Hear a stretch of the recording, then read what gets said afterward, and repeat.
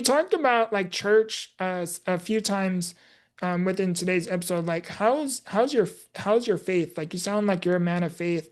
And usually, people not I don't want to use the word usually, but some people who have a disability, especially a progressive one, such as ours, is we can have a hard time building a connection with God. Like, how do you keep your faith intact?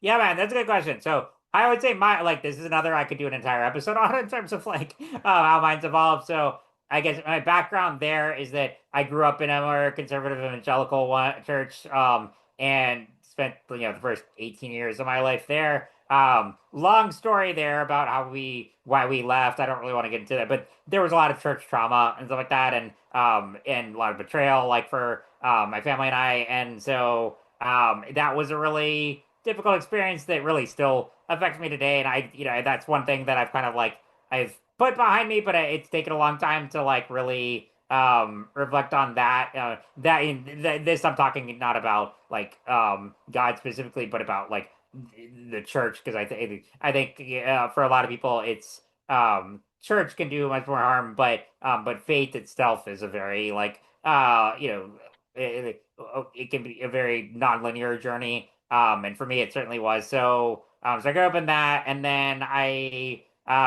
in college, I joined a campus ministry, met a lot of friends there. But as far as like my faith and how it evolved, again, it's a complex answer that I could like do a whole podcast on. But so I had a more like I guess traditional like narrow-minded view of like faith in God when I was growing up, but then it's very much evolved, particularly in recent years. So I joined a new church in 2021, that's very progressive and inclusive, and particularly with like the political climate now, I was like at a point where I was like, yeah, do I want to even continue with the church, or do I want, is there one out that me that like kind of fits my worldview more? Because yeah, again, I was much more in the conservative evangelical space when I was younger, and I'm way more progressive now, and my mindset has shifted a lot. But through all of that, I think like faith has been kind of a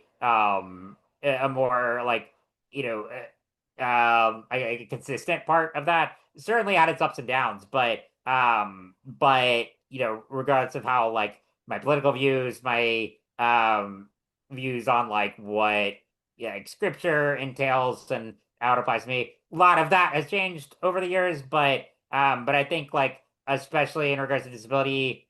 So and this is another thing. I mean I'm sure you've had this experience too of like strangers praying for you in the streets, and Yeah. this is why it was always frustrating. One of the big things frustrating was like the church's attitude toward disability, because they feel like they'll see people like you and me, and they're like, oh my gosh, we need to go pray, like, oh, we have to go heal them and stuff like that. And I mean, I've had cringy experiences there. One of my favorite was I mean, it was like super embarrassing at the time, but I've been able to make plenty of jokes about it since. But I was at a movie one time, and yeah, these two guys just came up to me without my permission, just like started to pray for me and stuff like that, because they're like, "Oh, look at the poor disabled dude in the right," and I'm like, dude, just leave me alone. But I remember one of them said like I just let them go with it because I figured I could get a story out of this, and sure enough, I did. But they started praying for me, and as sure enough, I wasn't hopping out of my chair. And one of them said like, "Oh, this may take longer than we thought." And I told that to a comedian friend of mine. He passed away a few years ago, but my friend Dave, I told him he was disabled as well, and I told him that one time, and he about fell out of his chair because he's like, "What? So they did that before? Like what? Like had they like healed a bunch of disabled people in the past and were ready to do it again?" But yeah, it's like I had those experiences plenty of times, and that was something that really frustrated me because I was like, guys, like disability is not a tragedy. And with my church now, it's been really cool because I think I did this last year or the year before. I led like this series with another member of our church who, a friend who her son has autism, and so we did this series about disability in the church, and it was like really cool to be part. And so I told stories like that, or about like pastors or people who like put their hands on me, and so it was like, let me know if you need anything. Where they single you out, and I think like in their hearts they probably mean well, but they don't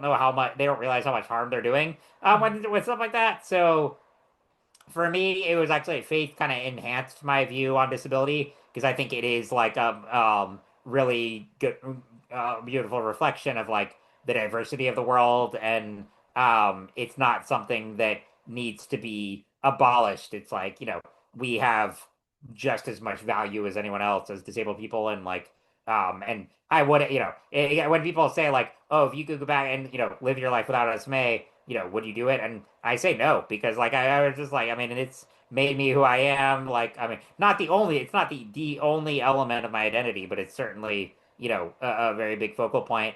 And like there are a lot of aspects to my identity, but it's like if I didn't have SMA, there would be so many experiences I would have never had. So many, you and I would not be talking right now, Yeah. like, I mean, all these things. So that's where I think like faith and disability have helped me, like, yeah, I reflect on that, how they interlink.